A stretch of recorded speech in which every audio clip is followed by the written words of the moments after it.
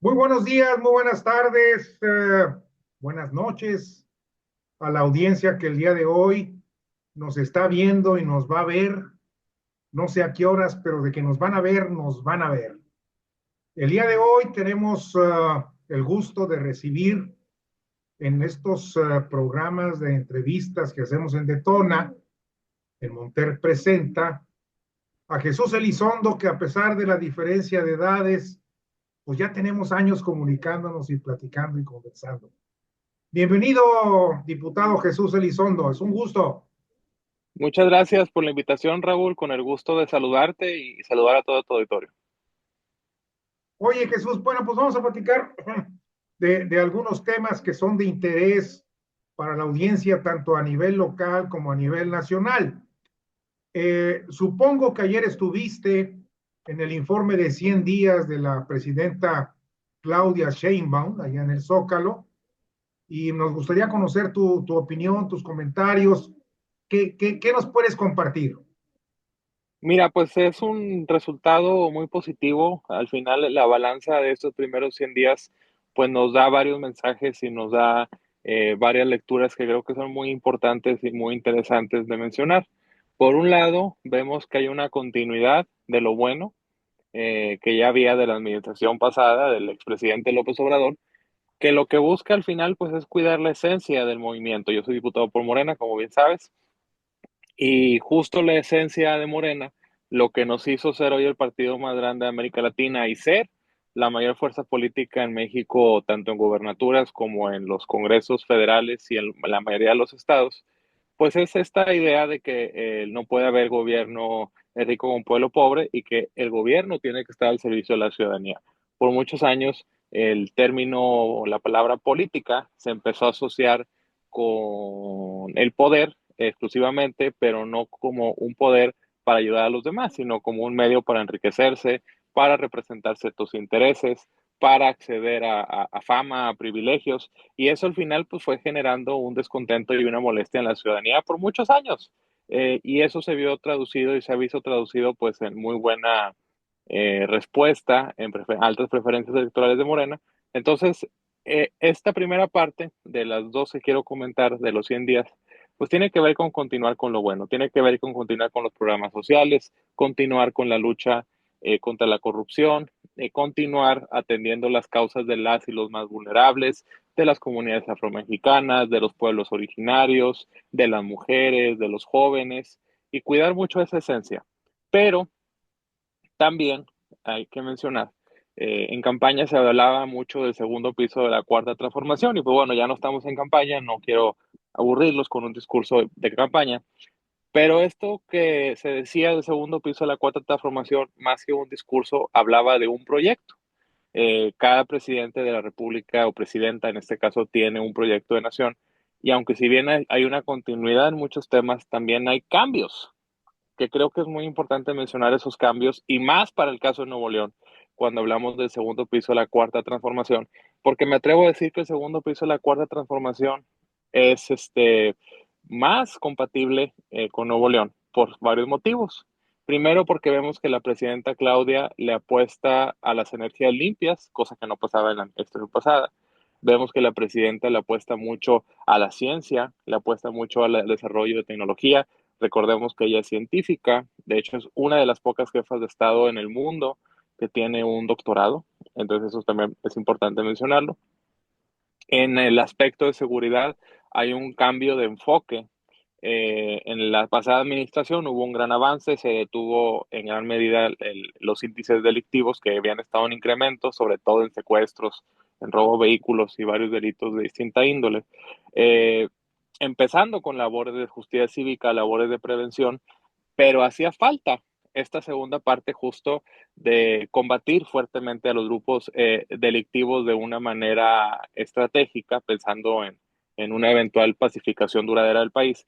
Y la doctora Claudia ha presentado este Plan Nacional de Seguridad que viene basado en la experiencia que ella tuvo en la Ciudad de México, en donde se le dio facultades a las policías estatales y municipales para que realizaran labores de investigación y de inteligencia, utilizando la tecnología, utilizando distintos esquemas en materia de detectives, en materia de investigación, lograr detener a los delincuentes, pero sobre todo desarticular las bandas. Este es un plan que ya ha empezado a dar resultados, que ya se ha presentado ante la comunidad internacional inclusive, y que me atrevo a decir, pues es el gran tema que va a atender, uno de los grandes temas que va a atender esta administración, porque justo muchas de las problemáticas que tenemos en el país, que son hoy sujeto a críticas por parte, por ejemplo, del gobierno americano entrante de Donald Trump, pues tienen que ver con la cuestión de migración, tienen que ver con la cuestión de la delincuencia organizada, de los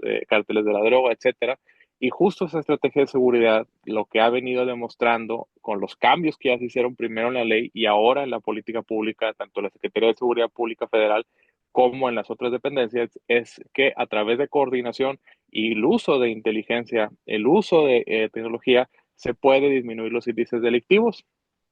Para no extenderme más, otros puntos importantes, pues se habla de nuevas reformas, la reforma a la no reelección, la reforma contra el nepotismo, se habla obviamente de la continuidad del proyecto de los trenes de pasajeros, que es muy importante, el continuar con el desarrollo del sur-sureste del país a través del Tren Maya, del proyecto del Istmo de Tehuantepec, que pues veamos, imagínate hoy qué tan importante es con esta polémica que hay alrededor de Panamá para México el tener este proyecto, que aunque si bien no tiene la misma capacidad en materia de cruce de toneladas, pues sí es una alternativa que podría generar desarrollo para esa parte del país. Y para efecto de Nuevo León, temas de interés, pues el tema del agua, obviamente, el tema de la calidad del aire, que también hay un compromiso que con base a estudios se va a llevar a cabo cambios en política pública en la administración. Justo el apostar a las energías limpias también ayuda mucho. Por ejemplo, ya la planta de Tula va a empezar a usar gas en lugar de combustóleo, justo para disminuir los contaminantes, que era una exigencia de décadas, ¿no? De la gente de Tula. Y pues eso, que nos repercuta a nosotros, pues estamos viendo la refinería de Cadereyta, que se le está invirtiendo, se le invirtió por primera vez en 30 años, y que eso pues ha ayudado a que disminuya la contaminación. ¿Desde cuando que no vemos una nota negativa alrededor de la refinería? ¿No? Ya hace un par de años. Entonces, ese es un proceso que va a continuar y creo que son unos de los pocos temas, vaya, podría extenderme más, que vale la pena destacar y que vale la pena mencionar. Eh, es evidente, y estarás de acuerdo conmigo, que 100 días en realidad es un periodo muy corto como para poder hacer una evaluación, pero los puntos que tú señalas, vamos a llamarlos, son totalmente válidos, sobre todo en aquellos temas que tú pronunciaste hace un momento, en donde hay una diferencia con el gobierno anterior, me refiero al de López Obrador, donde se pone énfasis en algunos aspectos que se habían descuidado. Pero en fin, vamos a seguir observando y como dicen coloquialmente hablando, pues no echemos campanas al vuelo, hay que observar, hay que analizar, hay que ver, porque todavía faltan muchos temas más que resolver en nuestro país que es tan complejo. Dentro de esos pendientes, Jesús, me gustaría preguntarte que tú como diputado, nos expliques por qué Morena se abstuvo al final del periodo anterior en materia de la aprobación o no del presupuesto que había enviado el gobernador Samuel García. ¿Qué fue lo que pasó, Jesús? Bueno, ya regresando a un tema local, pues efectivamente hubo un proceso de discusión, y de hecho yo estoy en la comisión de presupuesto del Congreso local, en donde hicimos todo lo posible para que Nuevo León tuviera un presupuesto, para que Nuevo León tuviera certeza presupuestaria, financiera.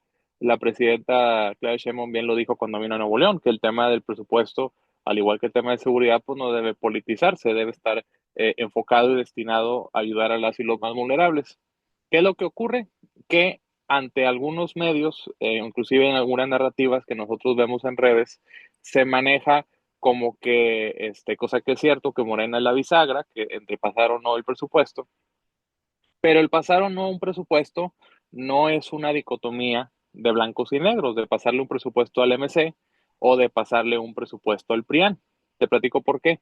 Así el presupuesto tal cual como venía el gobernador Samuel, aunque si bien tenía cosas muy buenas, pues había cosas que nosotros también no compartíamos. Una de ellas, pues el endeudamiento tan excesivo que se planteaba, varios proyectos y obras que no se han transparentado al 100%. Está el tema de las líneas del metro, que ha subido mucho el costo, que se tienen que acabar, pero pues que tiene que haber transparencia. Eh, Temas relacionados con no aumentos a programas sociales. Nuevo León es uno de los pocos estados que no tiene el programa de apoyos federal de personas con discapacidad. El estado tiene uno pequeño, pero pues no le llega para nada a lo que es el federal. Y también somos uno de los pocos estados que tampoco tiene el convenio con el Bienestar. Y así me podría ir con un montón de detalles en los anexos de la ley de egresos. Pero entonces, pues no podíamos acompañar completamente la propuesta del gobernador. Tampoco podíamos acompañar completamente la propuesta que presentaron el PRI y el PAN. Había proyectos muy nobles y muy positivos y muy buenos, yo lo comenté en la comisión de presupuesto, que se presentaron en las modificaciones, en los anexos que propuso el PRI y el PAN en la comisión de presupuesto. Uno era el tema de la Casa Azul, de las personas con autismo. Otro, pues se mencionó un hospital para temas de salud mental. Se mencionaron varias obras importantes, varios proyectos sociales muy positivos que de luego que apoyamos como Morena, pero también se planteaba un incremento excesivo por encima de la inflación en general a los órganos autónomos. Y también había varios detalles en cuanto a la ley, en cuanto a los ingresos de los municipios, porque pues, no nos aprobó del 20 al 25 el aumento de las participaciones, y ahí ya se planteaba como si se hubiera aumentado, etcétera. Entonces, nosotros, y lo digo en lo particular, propuse en la comisión de que, bueno, para que se puedan hacer estos proyectos que propone el PRI y el PAN, vamos a quitarle dinero a los órganos autónomos, cosa que es congruente con lo que está haciendo Morena a nivel federal. Recordemos que a nivel federal inclusive se están desapareciendo algunos en aras de la austeridad, en aras de la simplificación administrativa. La propuesta pues no nos la aprobaron. Entonces nos pusieron en una situación complicada en donde no podíamos nosotros votarle al PRI en su presupuesto, pero tampoco legislativamente era posible votarle el presupuesto al gobernador porque pues tenía primero que aprobarse en la comisión. Al final pues, fue muy lamentable ver que pues, se tuvo que recurrir a una reconducción presupuestaria porque es un escenario en donde todos perdemos. O sea, pierde el Estado, pierden los ciudadanos, pierden los municipios, pero pues tampoco nos íbamos nosotros a prestar a un juego de tener que apoyar a uno u otro, ¿no? Nosotros lo que nos hubiera gustado es que hubiese una propuesta de Morena o con los temas de Morena, que aunque si bien sí pudimos incluir algunos o se nos escuchó en algunos, pues tampoco podíamos acompañar incrementos a los autónomos, incrementos en varios temas que pues no van de acuerdo a lo que nosotros defendemos. Eh, Creo que ese es un tema de más fondo, no solamente es de números, sino detrás de esto hay muchos recámaras políticas que analizar y que realmente no han contribuido en nada a resolver ese tema del presupuesto, porque no es del año pasado ni del antepasado. O sea, ya es un tema recurrente. La verdad es que durante el periodo legislativo que terminó en diciembre, Jesús, hubo una gran expectativa de que las fuerzas eh, políticas dentro del Congreso al fin se iban a poner de acuerdo para lograr la aprobación del presupuesto, porque bien decías tú, todo, si no se aprueba, todos pierden, no solamente el gobierno del Estado, no solamente los ciudadanos, sino a final de cuentas también los grupos parlamentarios del Congreso. ¿Por qué? Porque no hay una respuesta de diálogo, no hay una respuesta de negociación, de acuerdos. Eh, y esto me permite a mí hacerte la pregunta. Eh, por ahí hubo una declaración de algunas personas de Morena donde se dijo que les habían mandado a ustedes el mensaje de que no estaba permitido votar por el presupuesto del PRIAN, que eso no iba a ser, no iba a ser bueno para Morena ni para el pueblo de Nuevo León. Entonces, ustedes también están recibiendo línea de más arriba. Mira, yo no escuché ni vi esa declaración. Lo que sí te puedo decir es que en Morena nosotros votamos a conciencia, o sea, no hay un lineamiento como tal de qué sí votar y qué no. O sea, hay una confianza hacia los legisladores de que vamos a representar de la mejor manera al pueblo y vamos a representar de la mejor manera a Morena. Yo creo que el tema de, como bien dices tú, es de fondo y tiene que ver mucho con la forma en la que las fuerzas políticas en Nuevo León se han peleado, o sea, la forma en la que el MC, el gobernador, se ha peleado con el PRI y con el PAN, en donde a veces, y te lo digo yo estando dentro, pues me cuesta trabajo creer que se quieran o no poner de acuerdo, porque en política hay una frase política: cuando uno gana, no gana todo, y cuando uno pierde, no pierde todo, cosa que yo mencioné varias veces. Y yo soy de la idea que lo que pasa en casi todos los estados donde un gobernador no tiene mayoría, pues termina cediendo. O sea, estamos en un caso atípico en donde un gobernador no cede, pero también otras fuerzas políticas que quieren agandallar de más, y esto pues genera un problema, ¿no? Al fin, y Morena, a ver, a mí me hubiera encantado que hubiese un presupuesto morenista, con todos los temas de Morena, con todas las banderas que nosotros defendemos, pero para eso hubiéramos ocupado 22 votos de Morena y no los tenemos. Al final somos 9 legisladoras y legisladores, 11 con la compañera del PT y la compañera del Partido Verde, como bloque de la Cuarta Transformación, y pues tenemos a fuerza que buscar hacer consensos con las otras fuerzas, a consensos con Morena, o sea, tanto con el MC y con el PRIAN, los podemos alcanzar. Eh, pero el problema pues es entre ellos, esa es la realidad. Esto indica, mi querido diputado Jesús Elizondo, que entonces eh, la sentencia que emitió el Tribunal Electoral del Poder Judicial de la Federación para sancionar al gobernador Samuel García por fallas, por violaciones a la ley electoral, pues tampoco se va a llevar a ningún acuerdo. Entonces, en el Congreso me refiero yo a eso. Pues, perdón que te interrumpa, no necesariamente. Primero porque son más de 17 sentencias. De hecho, yo estoy en la Comisión Anticorrupción, te platico. La última sesión, la única sesión que tuvimos en el periodo, se suspendió, se dejó en permanente y pues no la pudimos ni siquiera votar. Eh, sí es cierto que en Morena nosotros no, a nivel nacional, pues no ha habido un caso en donde Morena promueva la destitución de un gobernante, pero eso pues tampoco es un No, cheque en pero aquí blanco. en este caso no es el juicio político, es la orden del Tribunal Electoral por el Poder Judicial de la Federación de sancionar, no Sí, de por llevar eso, a son juicio. 17, sí, sí, sí, son 17 sentencias. Así es. Hay unas, o sea, primero tiene que pasarse por la Comisión de Corrupción. O sea, yo lo veo desde el punto de vista legislativo. Nosotros, claro que vamos a estar a favor de que haya una sanción si es que hubo delitos, que evidentemente vemos que en algunos temas, en algunos de esos casos sí los hubo. No eran los que ese día se presentaron en la comisión. O sea, este tema, lo que yo voy con lo que tú dices, aún no lo hemos visto. Claro que tiene que castigarse las irregularidades, claro que tiene que castigarse si hubo no desvío de recursos a campañas, si hubo no intervencionismo de manera equívoca, de manera ilegal, pero pues tiene que hacerse con el proceso legislativo correspondiente, ¿verdad?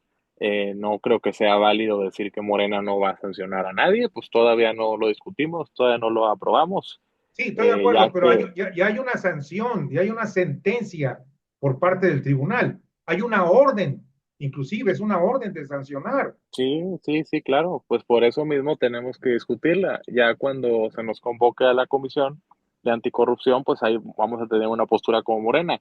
El problema es que ahorita pues no hay, pues no se ha convocado, ¿no? Yo te creo, eso es mi interpretación, que no le dieron trámite pues justo pensando en que querían ponerse de acuerdo para el presupuesto. ¿Me explico? O sea, como, Sí, sí, sí, o sea, no, si hubieran metido eso, el PRI o el PAN en octubre, noviembre, pues hubieran entorpecido la negociación del presupuesto. Esa es mi lectura. Vamos a ver si este periodo se discute de nuevo eso. Va a ser importante ver la cuestión jurídica, qué tipo de sanciones se pudieran establecer y qué tipo de medidas o no habría que implementar. Pero eso, más que buscando, creo que esto es bien importante, cuando hay fallas de este tipo, cuando hay problemas de ese tipo, no hay que buscar tanto un juego político, hay que buscar que si hubo un daño se arregle, o sea, si se usó un dinero indebido, que se regrese, que se reintegre y que se castigue a quien lo haya cometido, dejando obviamente un antecedente para que no vuelva a ocurrir, no tanto el uso mediático, que eso pues al final no ayuda y la ciudadanía, veo y te lo digo con estudios en la mano, pues está cansada, justamente bien lo decías ahorita, no es un tema de ahorita, son varios años que no se han puesto de acuerdo y Morena pues tampoco debe abonar a, a esa politiquería de dimes y diretes de estarnos peleando todo el tiempo. Acabas de tocar el tema central. Morena no debe prestarse a estos juegos de estire y afloje, ¿verdad? Sin embargo, insisto, es una sentencia del Tribunal Electoral del Poder Judicial de la Federación. Ustedes van a tener que analizar, de acuerdo a mi entender, cuál es el proceso a seguir y revisar la sentencia, por supuesto. Pero ya Sí, es una mira, orden. pero déjame también te digo, así como ellos son un poder, el Poder Judicial, nosotros también somos un poder, somos el Poder Legislativo. Entonces, cada poder tiene su propio proceso y tiene su propia responsabilidad. Si ellos hicieron una interpretación, cuando nos toca a nosotros hacer la propia, la vamos a hacer. La realidad es que no depende de Morena convocar a la Comisión Anticorrupción, ya que se Claro, vuelva a claro que no, convocar, no, no. ya que la vuelvan a convocar, tenlo por seguro, que vamos a analizar de nuevo, vamos a ver qué temas se ponen en el orden del día y vamos a tener que darle certeza a las y los ciudadanos. Porque, Porque fíjate, así cuando anuncié, como ha habido sentencias o ha habido desvíos de fondos a campañas del MC, pues en otros años también ha pasado lo mismo con el PRI o con el PAN. O sea, tampoco son santos. No se trata de irnos a no, no, favor de no, no, uno o en no, no, contra del no, no. otro, ¿verdad? Yo lo que no estamos comparando la santidad de uno contra las diabluras del otro. No, no, no. Aquí estamos hablando de cosas terrenales que tienen que realizarse y que lamentablemente siempre quedan en el aire y que lamentablemente la ciudadanía, pues la lectura que le da al final del día es que todos están iguales, que no, que se protegen los unos a los otros, ¿verdad? En el mismo caso fue lo del presupuesto. Porque te iba yo a comentar que anuncié que te iba a entrevistar y luego la gente me empieza a mandar mensajes que te pregunte esto, que te pregunte el otro. Y me llamó la atención que hubo varios mensajes, no con la misma redacción, pero sí con el mismo sentido, de que ustedes no votaron a favor del presupuesto del PRI y el PAN, precisamente para no darles el gusto de que iban a molestar o a, ¿cómo se llama? Acabar de pelearse con el PRI y el PAN, con el gobernador. Entonces, te digo, las lecturas así son, no hay de otras. Y eso es lo que molesta a la ciudadanía, Jesús, de que el Congreso tiene que dar una respuesta y Morena es parte del Congreso y ahora una parte importante con 9 diputados. Entonces, a final de cuentas, tomo en cuenta tu respuesta. Habrá que esperar que Ahora, surja la convocatoria. perdón que te interrumpa, hay otro tema también importante. Pues yo nada más soy un legislador, o sea, habrá cosas que a lo mejor yo pueda votar y darle a alguna fuerza política un voto más, o no, si eso es lo que beneficia a la ciudadanía, junto con alguno u otro compañero, pero pues si lo van a vetar se ocupan 28 votos. Por eso también es importante los consensos al interior del movimiento, justo buscando Claro. que se vea esa fuerza, Lo que pasa es que porque si no, no lo veta y pues nada más hiciste ahí el show, van ¿no? 3 años en que no hay consensos, hay pleito. Esa es Exacto, la pues por verdad. eso. Esa es la Exacto, verdad. exacto. Por eso justo buscamos hacer esa opción diferente, no entrar en ese pleito.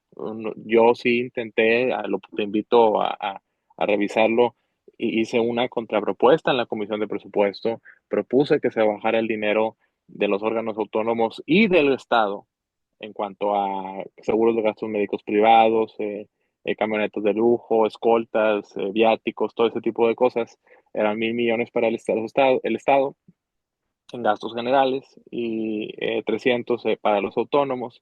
Y de esos 1,300 adicionales, pues iba a salir el dinero para todos los proyectos sociales que presentó el PRI y el PAN. Y también proyectos que algunos que había presentado Morena, pero no lo aprobaron. Pero esa parte pues tampoco se dice, Sí, ¿no? claro, digo, volvemos a lo mismo.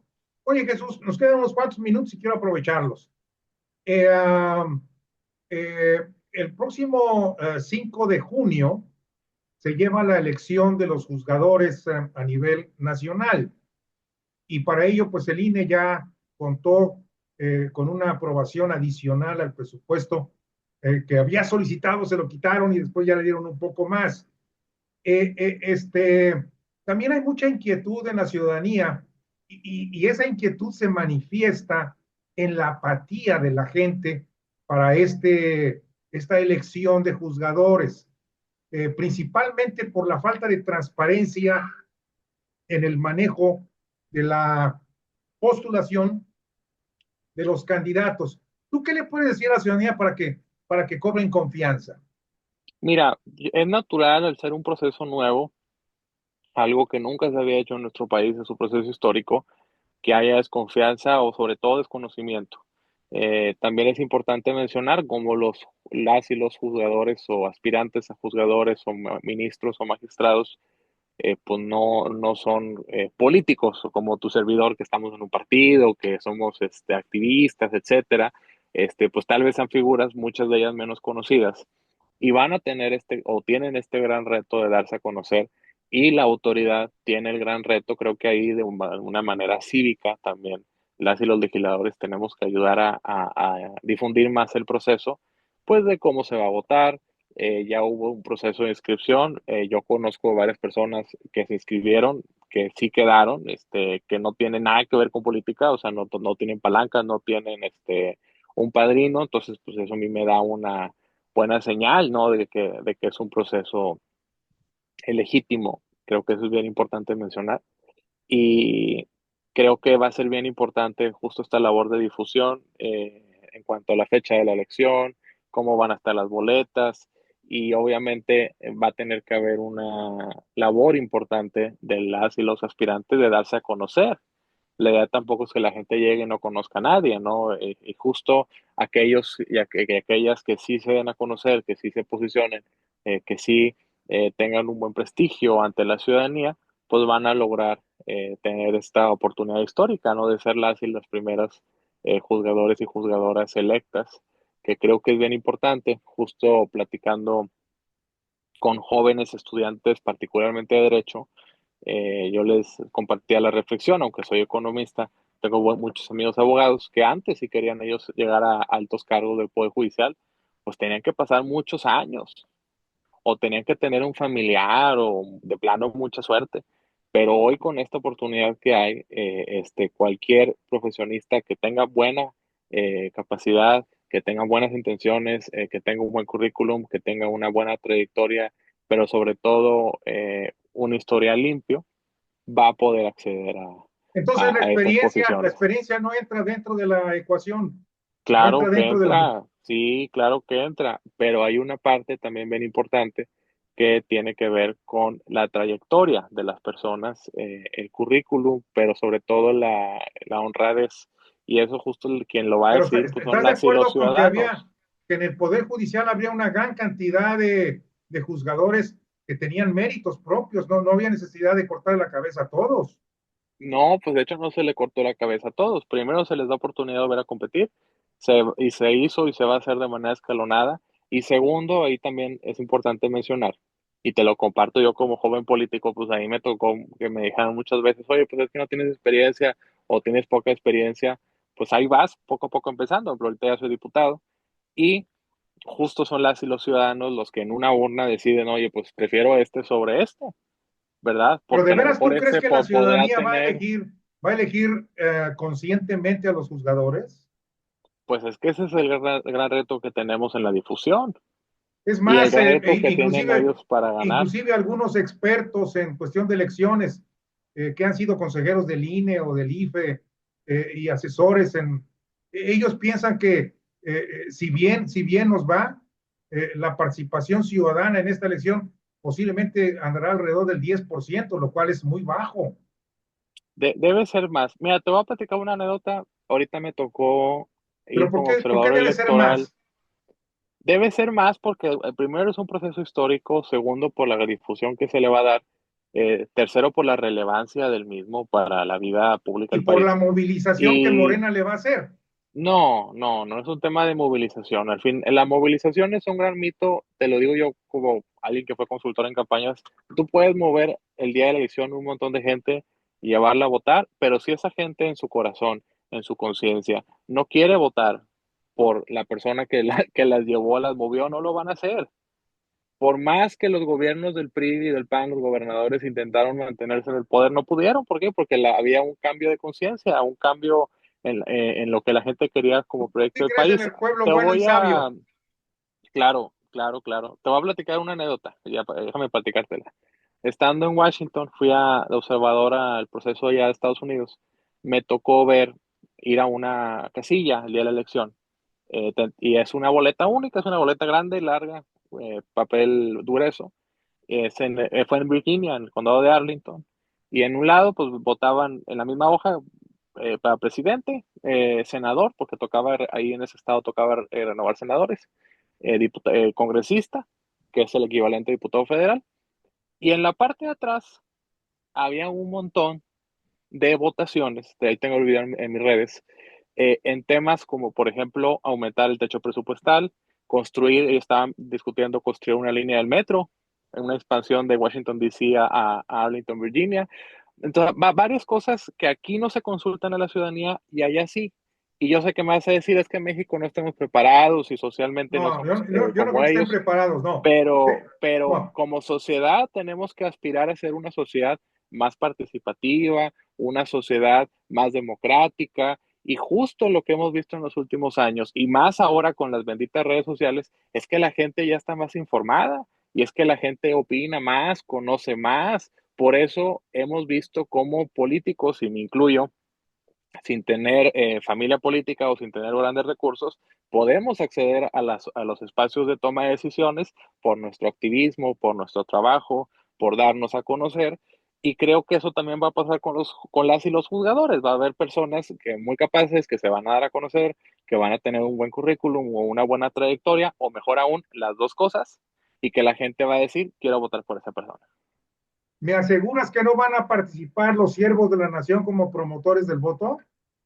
Claro, si no los tienen que destituir, eso va en contra de la ley. Y no solo los siervos de la nación, acuérdate que también hay muchos funcionarios de los estados, de los municipios, de todos los partidos, que pues al final va a ser una elección muy monitoreada y que pues como cualquier elección, pues si hay un manejo ilegal, pues se tiene que denunciar y se tiene que castigar. ¿Podrías tú señalar con toda confianza que va a ser una elección exitosa y cuantiosa? Yo creo que va a ser una elección exitosa, sin duda. Creo que la parte de qué tan cuantiosa va a ser es un reto que tenemos todos como mexicanos. O sea, cualquier persona, en tu caso, el quien sea, mis papás, mis tíos, tienen que decirle a sus hijos, sus sobrinos, su familia, que ahí va a haber una elección, que tienen que salir a votar. Al final es una obligación. México no hacemos o no ejercemos el que el voto sea obligatorio, como en otros países, si no votas, no puedes pagar, no puedes sacar un crédito, no puedes hacer muchos trámites. En México es obligatorio en teoría, mucha gente no vota, pero es una obligación que tenemos en la Constitución, entonces debemos de ir a votar. ¿Qué porcentaje crees que vaya a votar de la población? Pues no me atrevería a dar un número, creo que va a variar, dependiendo de la entidad, pero yo creo que va a ser un número importante. Bueno, mi querido Jesús, dejémoslo hasta ahí para Muchas no gracias. abundar. Te agradezco mucho, te mando un abrazo y espero que tu tu optimismo se cumpla, sobre todo en la parte de la elección de juzgadores, porque hay mucho pesimismo alrededor de este evento. Muchas gracias, Jesús. Abrazo. Bye. Hasta luego.